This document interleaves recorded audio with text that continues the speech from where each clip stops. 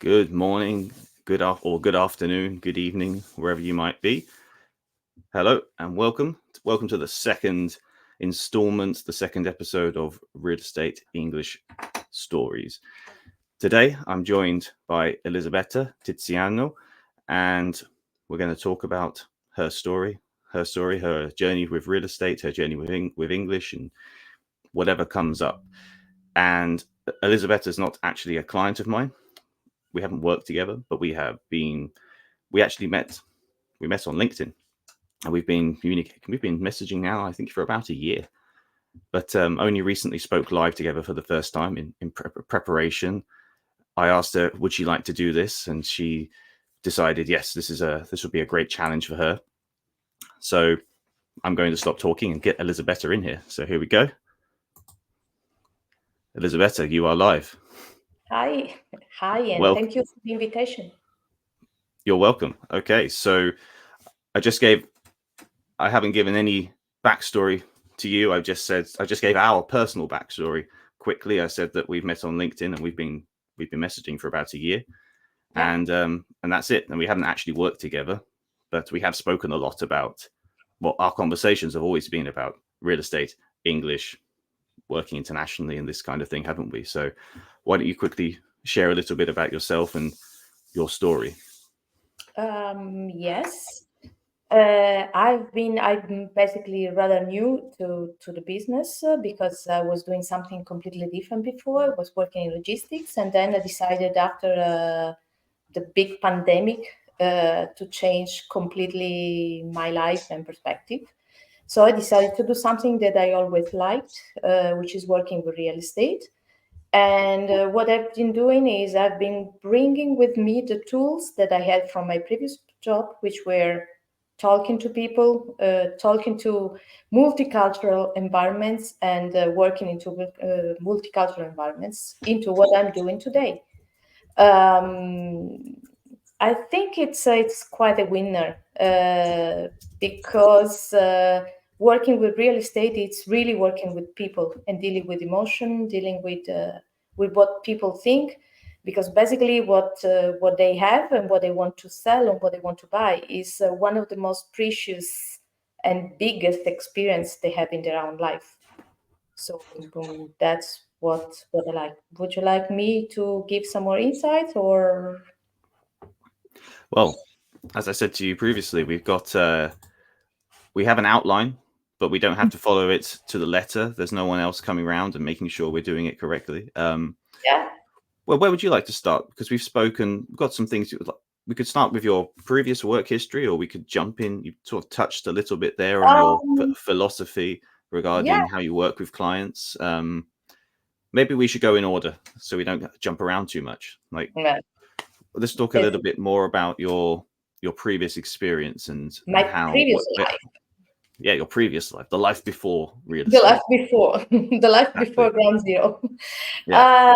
Let's say that what I like is that I'm taking with me a lot of tools from my previous life, because I was doing project management. I was working with customers a lot.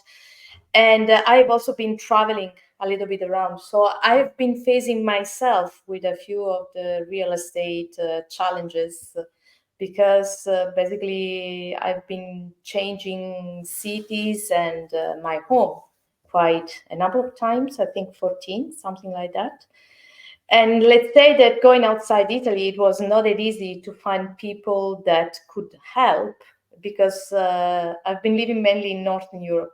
And basically, it's not nowadays it's much easier, but in the past it was not an easy thing to find a real estate agent who was actually speaking and understanding English. So basically, I needed a colleague to help me out, of course, to go with the local real estate agent. And that's something that I've been bringing with me, because basically one of the things that I'm saying, and now we are jumping straight into how do I like to do business, basically is that I'm dealing with a non-Italian customer as I would do with an Italian customer. Basically, I'm trying to listen to what they want to achieve, what are their projects, and where it comes my background. I've having done project management, I'm helping people to put things into perspective. Because again, real estate and buying a home, whether it's some vacation house, whether it's the first home, the main home of residence, it entails a lot of emotions. And when you're running into emotions, it's a big step for you and all your families, and sometimes it's going to condition your entire life. You tend to create a sort of crowded experience, and you need someone to help you put things in order, to do first things, second things, and third things. So, and that's something that I am realizing it's more and more needed, both with Italian and with non-Italian buyers or sellers. At the end of the day, it's all a matter of being sort of empathic with people. It's the most precious things that they have or they are going to achieve. So it doesn't really matter whether it's a matter of a $6 million or euros castle or a 50,000 euro home, because it's what they can afford. So in a case, it's going to be their most precious thing, right? So what else? So I want to ask you then, yeah, about, we'll come back to you've touched on your philosophy there a little bit, and the importance of, well, as you say, if you could really just read everyone's mind, it would be fantastic, but you can't do that. So we have to do the best.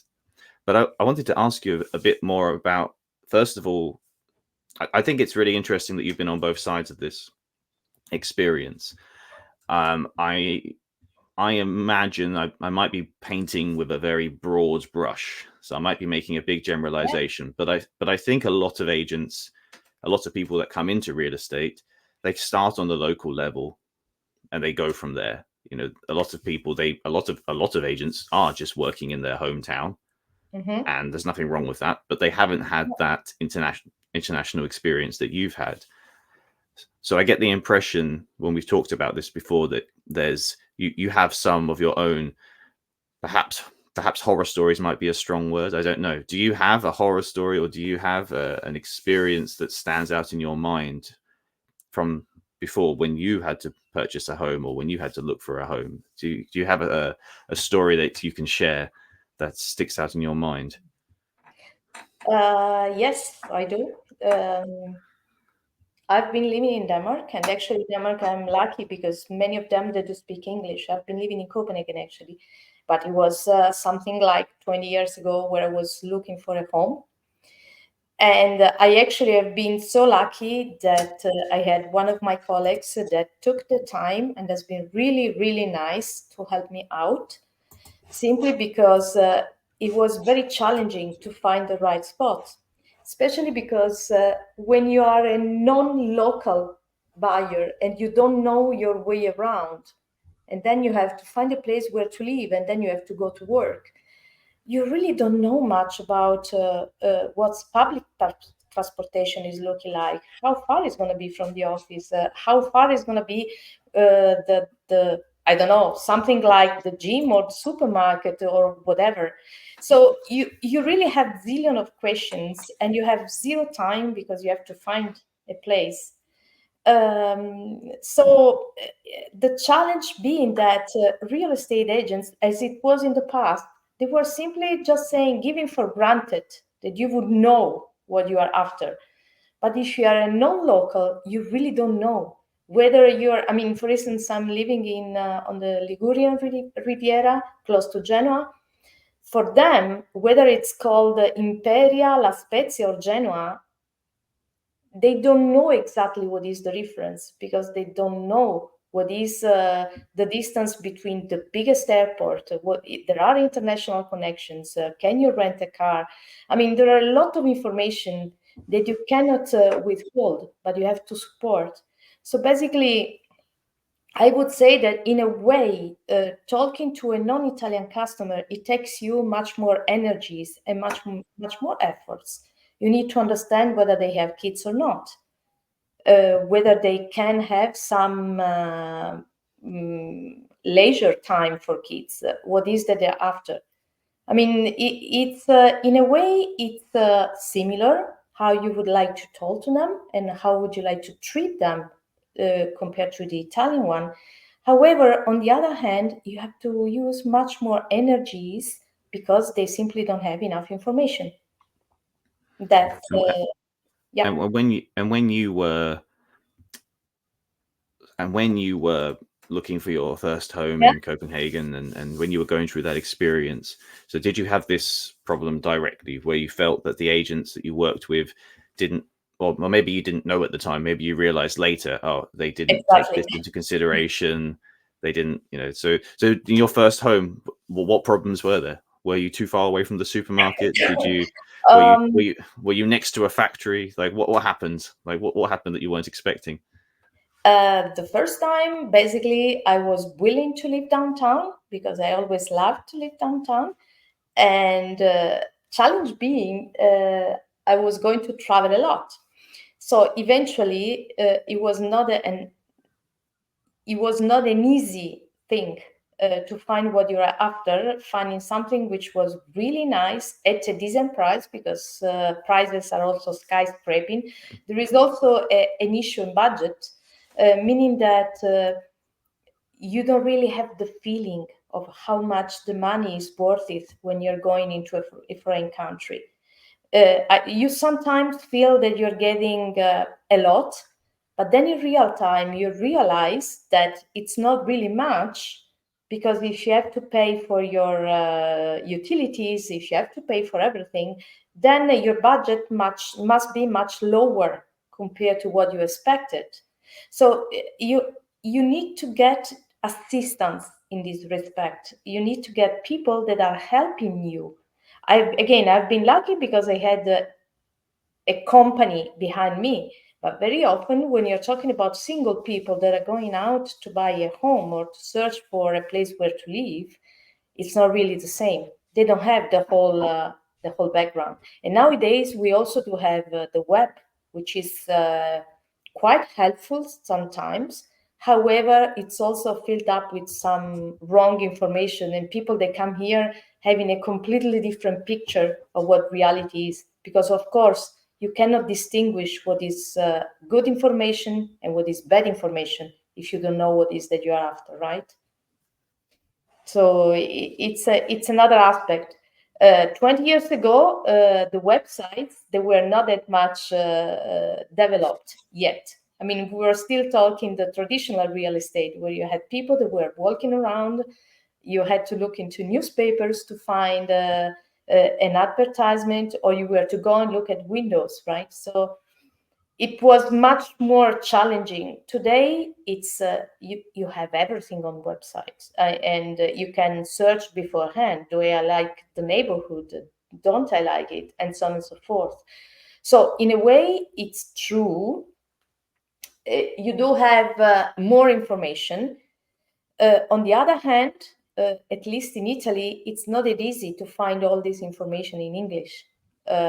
You still have a lot of information in Italian, and that's the challenge. I guess that if I recall correctly, you have been living here, studying here, right, in northern Italy, correct? In Bologna or somewhere? You've been spending Near Bologna, yeah, near Bologna. near Bologna. I don't know if it counts. People always ask me from outside of Italy, is it north or south? And I think it's technically north, but I don't know if It's the people north, from yeah. I don't know if the people from Emilia Romagna would say they're northern. They would say we're from Okay. we're from Emilia Romagna. We're not quite. It's northish, yeah. And actually, I think that there's, maybe you can confirm if this is a national thing, but I've noticed not only in Italy, but definitely in Italy, there's still this situation you were describing there, where most properties, or a lot of properties, don't seem to be advertised at all. That there is a sign, with a phone number, literally just a Yeah. sign with a phone number. That's so. I remember the first time I saw that. Well, not just the first time, but many times, walking around thinking, I can't believe how many people just put a telephone number on the building and say this is for sale. It stays for sale for years, so clearly it doesn't. It's not Doesn't very work. effective. Yeah. No, it doesn't work, but it's a common practice. Hang on, we've got a comment here I've just seen that's come up from Timmy Phillips, and I think this kind of speaks to what we've been saying. Buying a property in a foreign country adds another layer of complexity and challenge. So true, Elisabetta. Yeah, I'm just imagining as you were speaking there as well, thinking about what you were saying about. Yeah, here we go. This is what you see everywhere. Save end. Yeah, everywhere says this. Yeah, it's important. We forget, don't we? What you were describing about the internet today and the internet in the past. Today we have the problem of there's a lot of information. Client and potential buyers have to filter all this information, and that can be a challenge. But even going back 20 years, I'm just imagining you walking around Copenhagen, looking in windows. You've got like a 10-minute lunch break or something. If you're trying to find information, you've got a few weeks to find a proper place to live. I can imagine that was a stressful thing. Very different. Yeah. And without any help, I wouldn't have managed. I mean, as simple as that. Because I wouldn't have known whether, I mean, again, we are talking about a safe area, a safe place, but try to think about one of the big city where you really don't know whether the neighborhood are safe or they are not safe.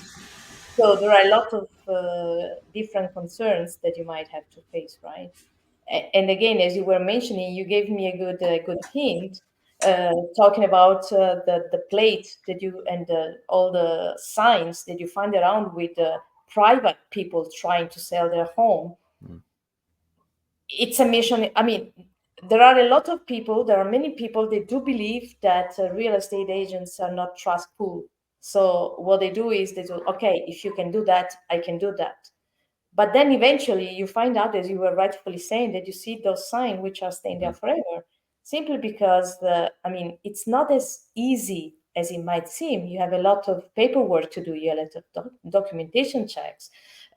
You're going to make an evaluation of a property, and you need to be skilled to do that. Even if I've been working in a commercial function for many years for a different industry, when I moved to real estate, I had to retrain myself.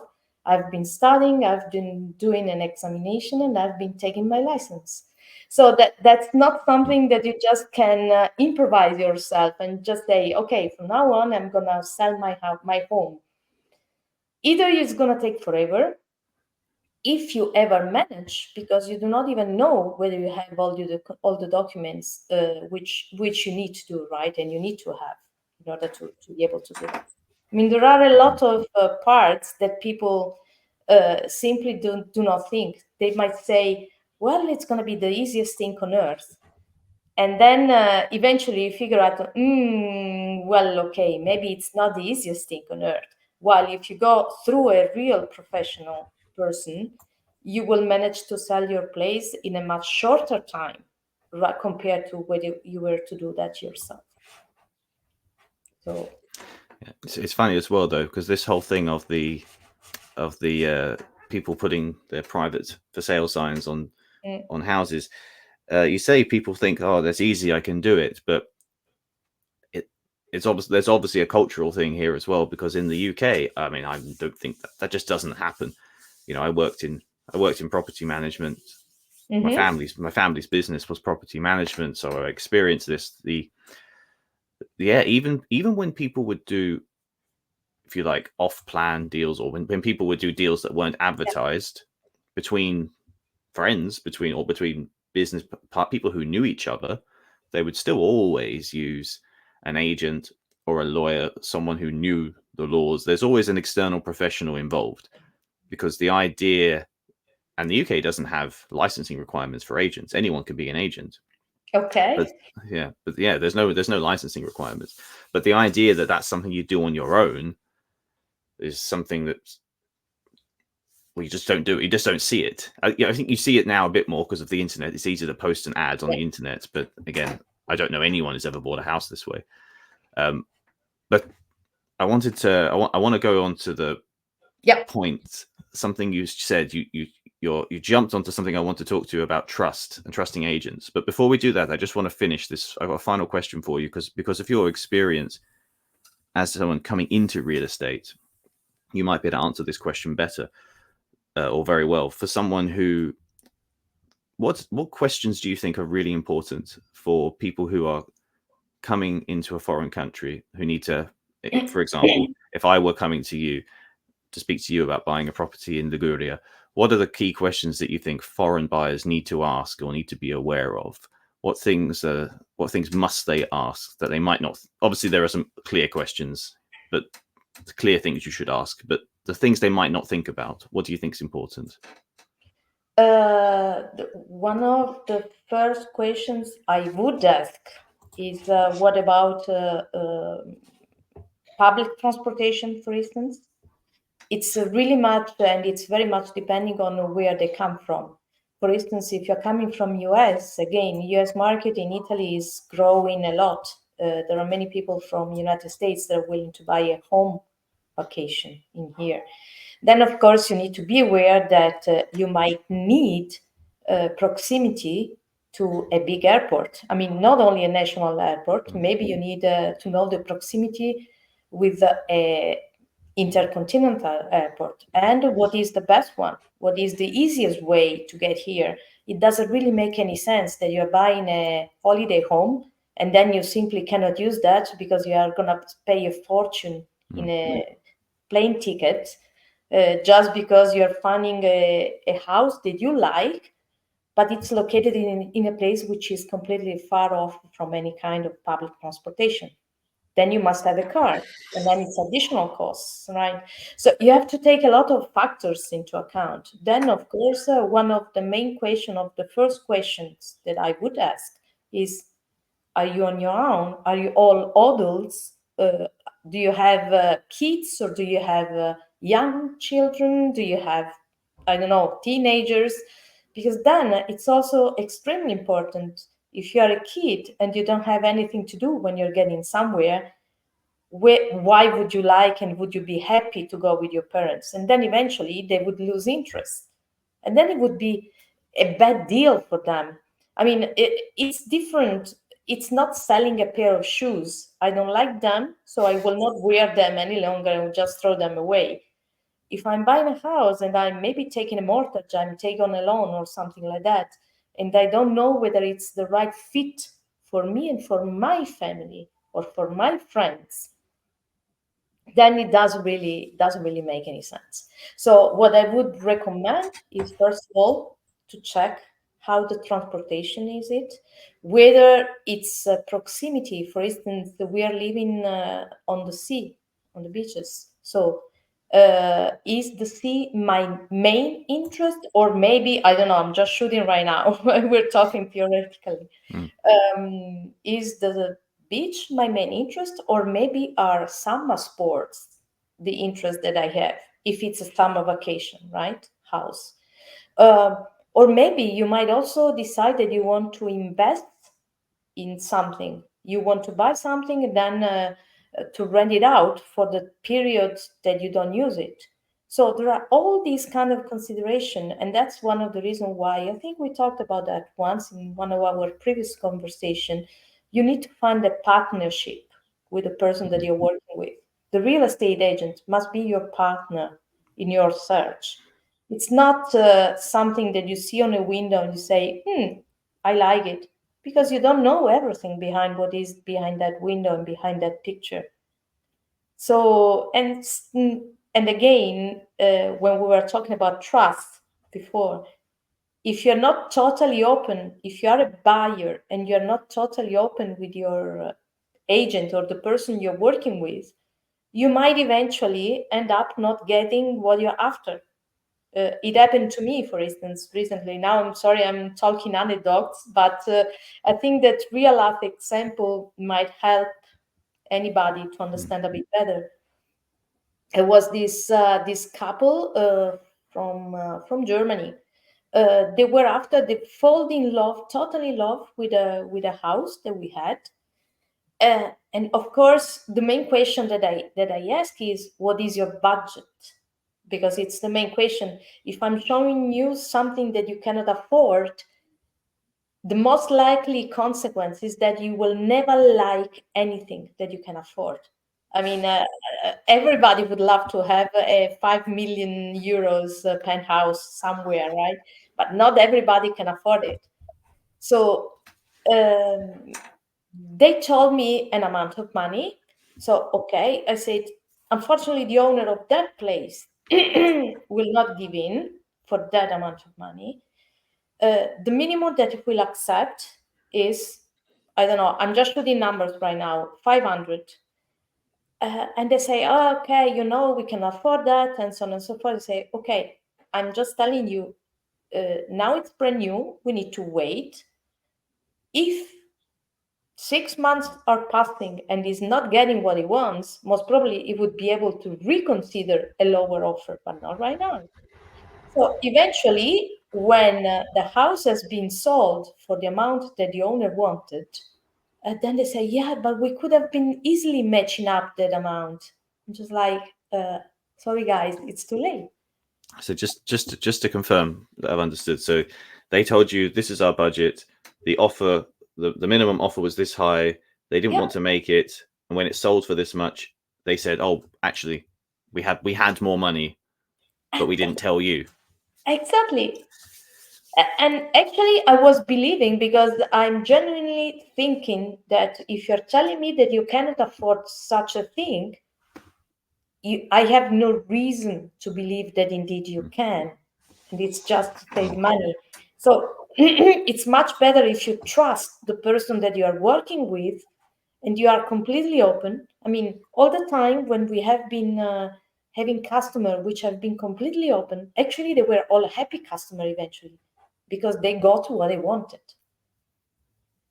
So I'm going to read a quote from one of our conversations.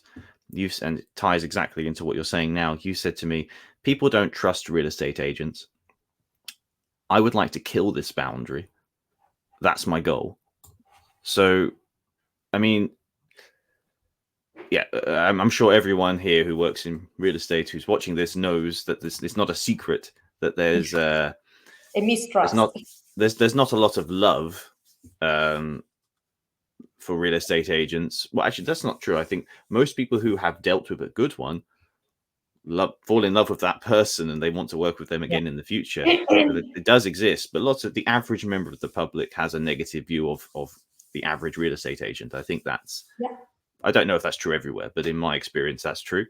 So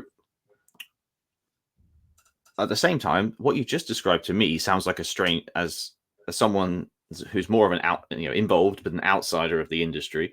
The fact that someone wouldn't just tell you honestly what their budget is, that sounds strange to me. So, I mean, maybe the question is, why do you think, not in that particular case, but what in general, why do you think even today this mistrust persists? And second question, what are you trying to do about it, Elisabetta? What's your plan?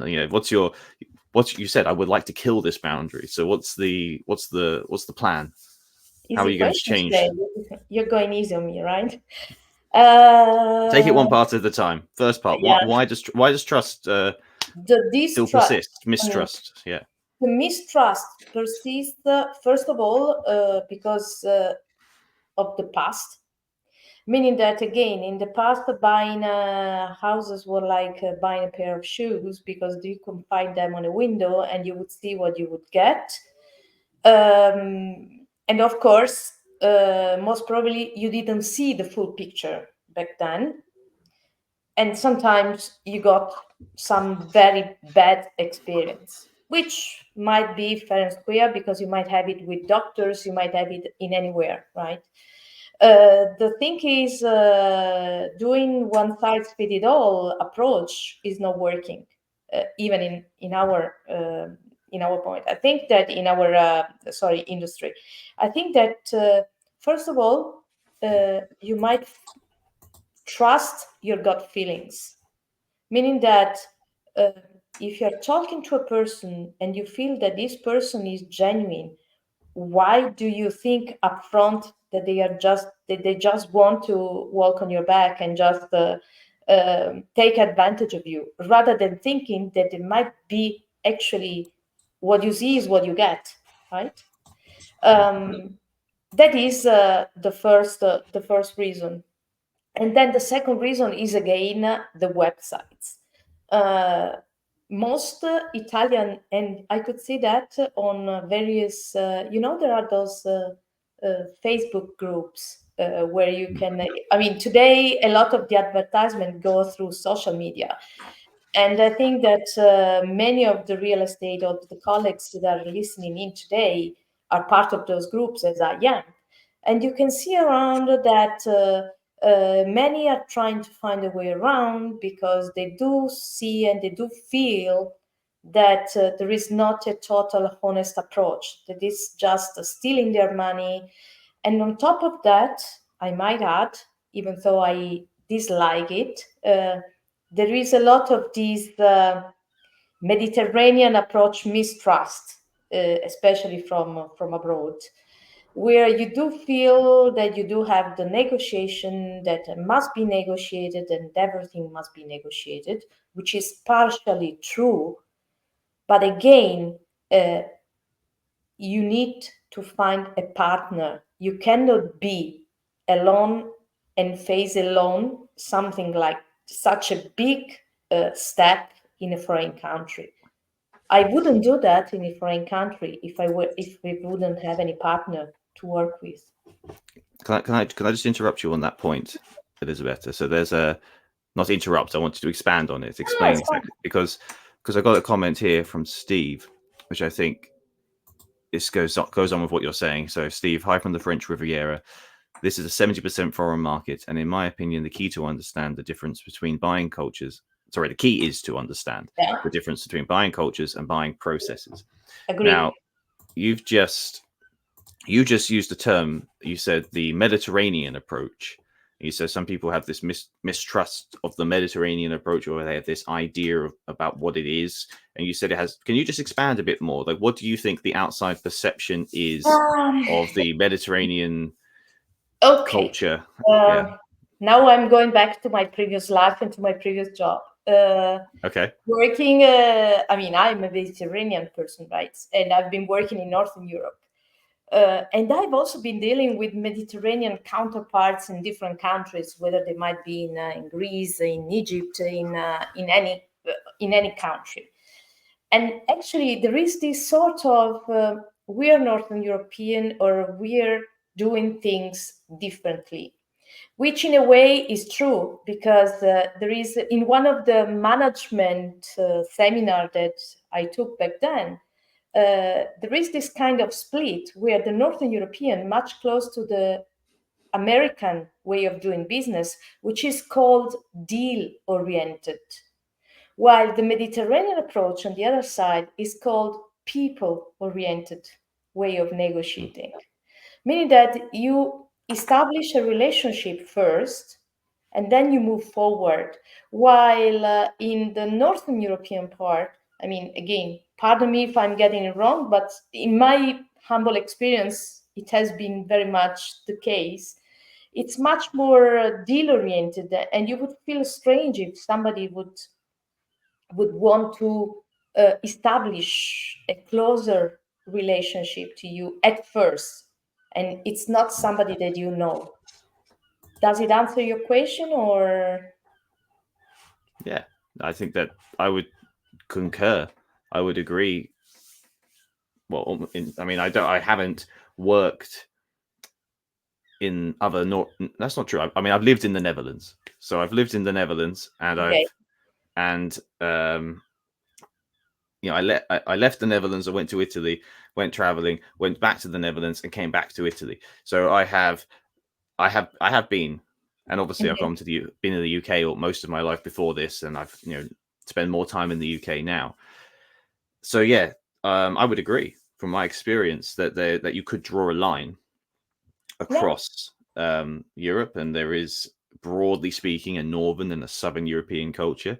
France for me is that wild card, because in France you've got but it lines up with what I'm saying, though, because that you have the southern Mediterranean part of France, where even the people in the southern Mediterranean part of the France don't match up necessarily with the stereotypes, because most people, I think, have a stereotype of French people, which is Parisians.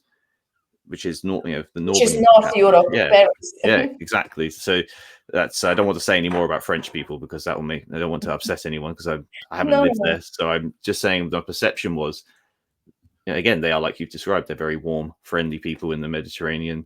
I'm sure I've speculated about this a lot. I'm sure it has a lot to do with the weather. It has a lot to do with the environment. Maybe. I'm sure it shapes the our environment shapes the culture. They're not independent. I'm sure. So I had a question, but now it's just shot from my brain. So in that case, then, how do you do you try to explain this to people? Are you overtly explain this to clients when you're dealing, for example, with someone from a non-Mediterranean culture? Do you like take them aside and say, look, this is how we do things here, this is what you need to know? Or do you try to adapt more to them? How do you build trust with them is what I'm asking. You don't do that for two reasons. First of all, since I'm living in a vacation resort, if people are coming on a hunt for a house in this neighborhood, they do appreciate already the Italian culture somehow. Again, you're not buying a pair of shoes as souvenir to take back home. So if you want to buy a fixed place in a town, then you might have already been there a couple of times, I would suspect, and you might have been enjoying the culture and so on and so forth. What is different is that, though, to go back to your previous statement, you do need to have somebody in between that would sort of help you and assist you in getting what you want, because you might have a mismatch of approach, because you might not know what is the habit and what is the business culture in here, right? So if you're coming, for instance, I'm just shooting right now, if you're coming from a deal-oriented culture and you see on the web that a house is costing, I'm just shooting, 500,000 euro, you have two approaches. Either you have been surfing on the web and you say, yeah, you have to go down by 20%. I don't know right now, because the Mediterranean style is that, and you have to negotiate and so on and so forth. And you do that, as the most probably the couple that I was talking about did, right? Oh, so they thought that you and potentially the seller were trying to take advantage of them as a foreigner. Exactly, to take advantage of that. And eventually you get to lose what you're after, because you really need to get and to trust the people you're working with. And that's why it's sort of small scale relationship. I mean, I also have some customers which have become my friends. However, it's not necessarily that the two things they might align together, right? You might simply do a good job and just take care of your customer and show them professionalism and explain to them the reasons behind the request and so on and so forth. And also try to understand what is the margin that you have to negotiate, right? So, you need to act as a catalyst. I mean, I like putting my hashtag as ET catalyst, simply because you have to be a middle way, creating that sort of reaction and happy ending for everybody to be happy, the seller and the buyer. And nobody must feel squeezed, because it's a very bad feeling when you feel squeezed and you feel that somebody has not been fair to you. I think this entire subject you've just given me, this conversation has given me an idea for perhaps in the future I should try and get some a panel going. We can have some northern versus southern European agents and see if they agree. Because Steve here has added more comments, and I think this one here in particular, I think, sums up to what you were just saying about trust. So, and in general, real estate agents struggle with a bad reputation because of a certain type of agents only in the business for a quick money gain versus professionals working the long game. That's again, that in itself. There's an expression in there's lots of expressions in English. One expression is fly-by-night salesman. Have you heard that expression before? No, that's new. I'm learning. A fly-by-night salesman, as in someone who will come into town. I think it's an American expression. Someone comes into town, sells something, and then flies out the next night. They're on the next train to the next town. They're gone. Fly-by-night salesman. That is a lot of people have that image. We call them venditori di folletto, with all the due respect for salesmen who are doing that, because it's the one-off. It's something which is costing a fortune. They want to sell it, and then they go, and then it's all up to you. So just as I said, I think that in itself is a really interesting topic. But before we ran out of time, because we've got we can actually keep going as long as we want. I just don't know. I don't know how many people want to stay for more than 45 minutes. I imagine most people, this is their lunchtime. Lunchtime, yeah. Yeah. So that's why we chose this time. So to shift gears just a little bit more, we've touched on it. We've touched on your philosophy, your approach to sales, and I thought maybe we could come back there to end on. You've spoken a lot about empathy and understanding what people really need, and so maybe, as I say, we've kind of touched upon it, Elisabetta. There was a whole subject. Have you got anything that we haven't talked about related to this, about that you'd like to mention, that you'd like to talk that we haven't talked about? Talking about the empathy and talking about listening to your voice of customer. Now, you will bear with me. I'm using some wording which is typical for project management, basically. We have been looking into process excellence. Anything is a process. Even the sales is a process. So one of the main requirements is to collect all the needs of your customers. And sometimes if you don't talk to people and you don't understand what is that they after, sometimes with the right questions that you ask, you made also people realize that they need something that they were not aware about, more than something else. I mean, anybody when it's searching for a house has the perfect picture. It has to be this big and so on and so forth. But then eventually when you talk to them, you realize, and they realize, that maybe they would really need and would love to have something which is completely different from the first picture that they had in mind. That's where I do think that empathy and talking to people and listening, especially listening or active listening, it's another word which may come from the previous background, is what is important. And it's simple as that. I mean, to make a win-win call, it's not a matter of somebody winning and somebody else losing. It has to be a win-win. Otherwise, everybody loses eventually. Steve has been our number one contributor here, and I think this is our previous conversation. The negative stereotype often is the used car salesman as well, because they don't need to worry. There's no expectation that a used car is going to last forever anyway. But then yes, we are all in the people business before anything. Which is true. Oh, here we go. Steve just keeps contributing again. 1 eye, 2 ears, 2 mouth. Yeah, exactly. So final question. Again, I could expand on that. And actually, I just want to make one comment about knowing the area as well, because I've had this hanging in my brain since you mentioned it. The travel part. I wonder if you'd agree.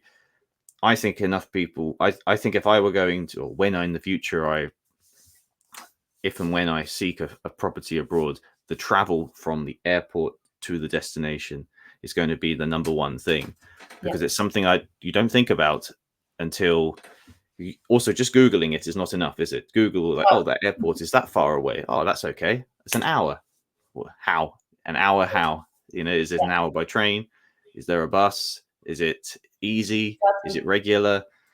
Because I've had to get trained. I've gone to the airport before at 11 o'clock at night so that I could get the 4 o'clock flights, because there was no other way unless someone drove me. And you don't necessarily have a car of your own if you're buying a holiday home. So I think that point you made about travel is really important. And that's where a local agent can help, Yeah, that's where someone who knows what they're talking about can help. And yeah, Elisabetta, I think we've touched on everything we wanted to. And maybe one final question for you about this change that you've made. So you said that you've been in real estate for 2 years now, and it's almost 2 years. Is that right? Almost, yeah, 1.5 years. Yes. Something like that. So, as you know, it can be quite hard. You're working all the time, I imagine, just like everyone else is. Everyone in my contacts list, everyone I'm messaging and speaking to, that one of the most common responses is, "Sorry, I haven't replied. I've been really busy." So, guilty. Yeah, exactly. So, moving forward, what are your thoughts about what's keeping you in this? What are you enjoying most about it? What's keeping you in this role for now, and how do you see that? How do you see it moving forward for you personally? For me personally, again, I'm going back to the statement that you quoted, which is the making the cake bigger. When I first entered real estate and I told to the broker that I'm working with today, there were two things that I liked a lot. First, one is the team approach. I mean, we are cooperating and we're working again. We are single professionals. However, we are also part of a team, which is something that I would miss from a corporate environment. And the second thing is that making the cake bigger, it's again one of those expressions that is coming from my previous life, where it's the win-win. Basically, I'm not here to take away customers from my colleagues here in the neighborhood. I'm giving added value because we can capture customers that most probably we wouldn't get if I weren't here. Simple reason, because approaching the non-Italian speaker customer is something that nowadays it's still a challenge in Italy. So why don't we it's the meaning of making the cake bigger is it's not competing, it's working together to expand the amount of customers that might reach us. So just to make sure I've understood. So like in your office, in your team, you collaborate and work together. So I mean, obviously, as we know from this, and anyone who's been listening can hear, you don't have linguistic difficulties. Your English level is excellent. You're able to communicate well with people. So do you assist your colleagues with this as well? And they don't. And in your particular company, in your office environment, you have a culture where they're not afraid that, oh, Elisabetta is going to steal my clients. That's not how you operate. Is that right? Not because they simply, what we do is, if the customer, the non-Italian customer is willing to take the house that they asked for, then it's going to be fine. Otherwise, I'm treating them as they are as if they were Italian customer. So at the end of the day, it's simply one customer more that if you're not fluent in communicating and you don't have the right approach, might go elsewhere.